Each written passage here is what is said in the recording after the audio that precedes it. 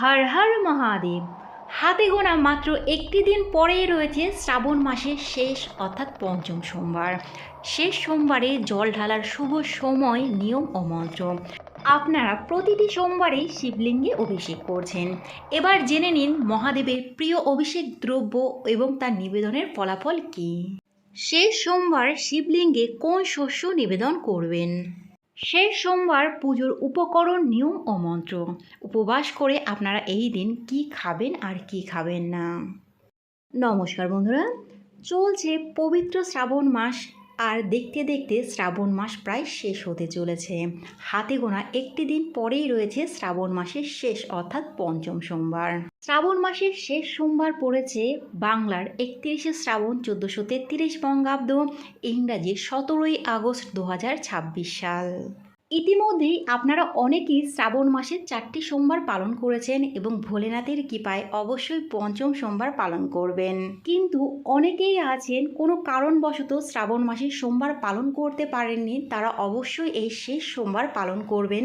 মহাদেবের আশীর্বাদে আপনাদের সকলের মনস্কামনা পূরণ হোক। পঞ্চম অর্থাৎ শেষ সোমবারে মহাদেবের পুজো ও জল ঢালার শুভ সময় থাকবে সকাল 6টা থেকে সকাল 11টা 30 মিনিটের মধ্যে। আমরা প্রতিটি সোমবারে শিবলিঙ্গে অভিষেক করে থাকি। এবার আমরা জেনে নেব মহাদেবের প্রিয় অভিষেক দ্রব্য কী এবং সেগুলো নিবেদনের ফলাফলই বা কী। পঞ্চামৃত দিয়ে অভিষেক করলে মহাদেব ভীষণ তুষ্ট হন।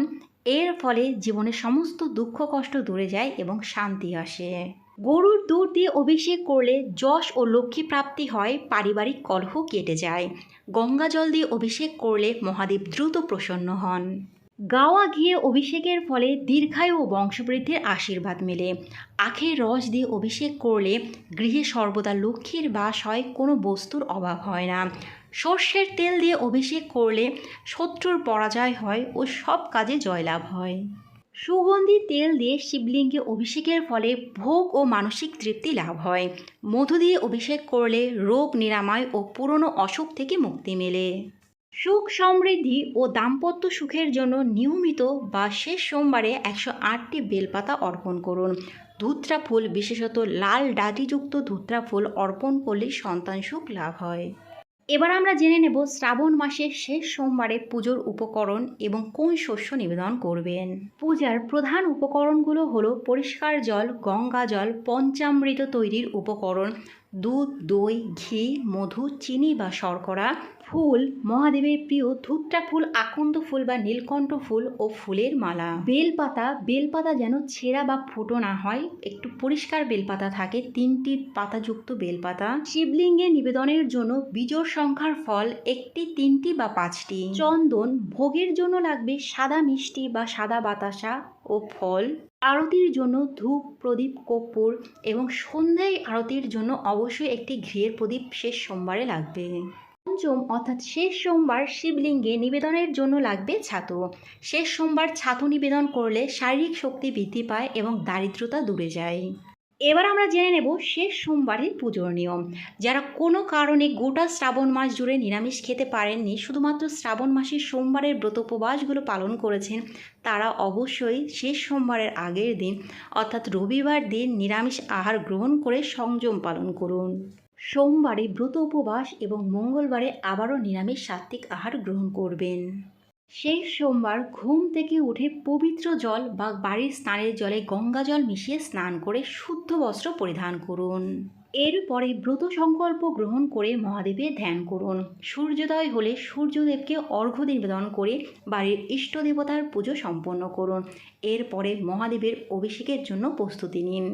আর শেষ সোমবারে যতক্ষণ না পর্যন্ত পুজো সম্পন্ন হচ্ছে ততক্ষণ পর্যন্ত অবশ্যই নির্জলা ব্রত উপবাস রাখবেন। পুজোর প্রয়োজনীয় উপকরণগুলো হাতের কাছে রাখুন। একটি কথা মনে রাখবেন, পুজোর উপকরণের কম হলেও ভক্তিতে যেন কম না হয়। মহাদেব ভক্তের ভক্তিতেই বশ।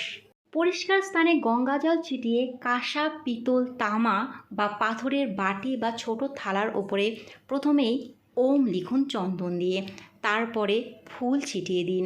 একটি বেলপাতা চন্দন সহযোগে সেখানে রেখে শিবলিঙ্গ এবার আপনারা স্থাপন করুন। শিবলিঙ্গ স্থাপনের আগেই সেখানে ধূপ প্রদীপ জ্বালিয়ে দিন। এরপরে শিবলিঙ্গ স্থাপন করে মহাদেবকে আহ্বান জানান। প্রথমেই পরিষ্কার জল বা গঙ্গা জল দিয়ে অভিষেক করবেন। চলুন বন্ধুরা, এবার আমরা জেনে নিই কিভাবে আপনারা শিবলিঙ্গে জল ঢালবেন, জল ঢালার সঠিক নিয়ম ও মন্ত্র কী রয়েছে। শিবলিঙ্গে জল অর্পণের সময় পুরো শিব পরিবারের সকলকে শ্রদ্ধা ও ভক্তি করে জল অর্পণ করতে হবে। নিয়ম মেনে জল অর্পণ করলে পুজোর পূর্ণ ফল আপনারা লাভ করবেন। প্রথমেই শিবলিঙ্গের ডান দিকে জল অর্পণ করবেন। এখানে বিরাজ করছেন শ্রী গণেশ দেবতা। জল অর্পণের সময় মন্ত্র বলবেন, ওং শ্রী গণেশায় নমঃ। এরপরে শিবলিঙ্গের বাম দিকে জল অর্পণ করবেন। এখানে বিরাজ করেন শ্রী কার্তিকেয়। মন্ত্র, ওং শ্রী স্কন্দায় নমঃ। এরপরে শিবলিঙ্গের মধ্যভাগে জল অর্পণ করুন। এখানে বিরাজ করেন বালা ত্রিপুরা সুন্দরী। মন্ত্র, ওং শ্রী ত্রিপুরা দৈব্যই নমঃ। এরপরে শিবলিঙ্গের বেশ বা বৃত্তাকার দিকে ঘড়ির কাঁটার দিকে জল অর্পণ করুন। এখানে বিরাজ করেন মাতা পার্বতী। মন্ত্র, ওং শ্রীং জগদাম্বিকায় নমঃ। সবশেষে পঞ্চাক্ষরী মন্ত্র অর্থাৎ ওম নমঃ শিবায় জপ করতে করতে শিবলিঙ্গের শীর্ষে জল অর্পণ করুন। এভাবেই জল অর্পণ করা হয়ে গেলে একই নিয়মে পঞ্চামৃত অর্পণ করবেন। তারপরে আপনারা আবার পরিষ্কার জল বা গঙ্গা জল দিয়ে শিবলিঙ্গ ধুয়ে ফেলবেন। এরপরে শিবলিঙ্গ পরিষ্কার কাপড় দিয়ে শুকনো করে মুছে আবার আপনারা একটি কাঁসা, পিতল বা পাথরের বাটির ওপরে স্থাপন করুন। এরপরে চন্দন লাগিয়ে দিন। শিবলিঙ্গে ফুলের মালা পরিয়ে দিন। চন্দন সহযোগে 3টি বেলপাতা নিবেদন করুন। এরপরে বিজোড় সংখ্যার ফল শিবলিঙ্গে নিবেদন করুন। যে ফল নিবেদন করবেন সেটি সেই দিন অর্থাৎ শেষ সোমবারের দিনে আর ধরবেন না। এখানে একটি কথা আপনাদের বলে রাখি, অনেকেই জিজ্ঞাসা করেন যে শিবলিঙ্গে যে ফলগুলো নিবেদন করা হয় সেই ফল কি সেদিন পুজো শেষে প্রসাদ হিসাবে গ্রহণ করা যাবে কি না। না, শিবলিঙ্গে যে ফল আপনারা নিবেদন করবেন সেই ফল সেদিন কোনোভাবেই প্রসাদ হিসাবে গ্রহণ করা যাবে না। সেটি শিবলিঙ্গের পাশেই সেদিন থাকবে। মহাদেবের সামনে ভোগের জন্য আলাদা করে কেটে ফল আপনারা নিবেদন করবেন, যে ফল আপনারা পুজোর শেষে প্রসাদ হিসাবে গ্রহণ করতে পারবেন। ভোগের উপকরণগুলো শিবলিঙ্গের সামনেই রাখুন। ফুল বেলপাতা দিয়ে পুজো করুন। পুজোর সময় 108টি বেলপাতা নিবেদন করতে পারলে খুব ভালো। যদি না পারেন 11টি বা 21টি বেলপাতাও আপনারা নিবেদন করতে পারেন। পুজোর সময় 108 বার ওম নমঃ শিবায় মন্ত্র জপ করুন। বা সম্ভব হলে এই দিন আপনারা পুজোর সময় 108 বার মহামৃত্যুঞ্জয় মন্ত্র জপ করতে পারেন।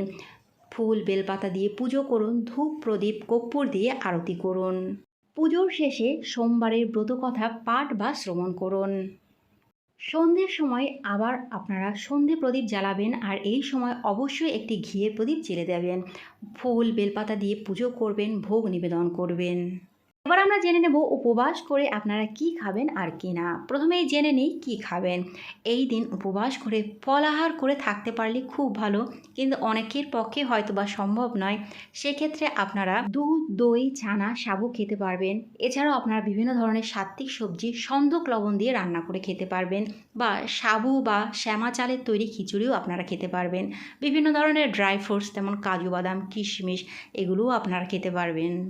বিভিন্ন ধরনের পানীয় যেমন ডাবের জল, শরবত, লস্যি এগুলোও আপনারা খেতে পারবেন।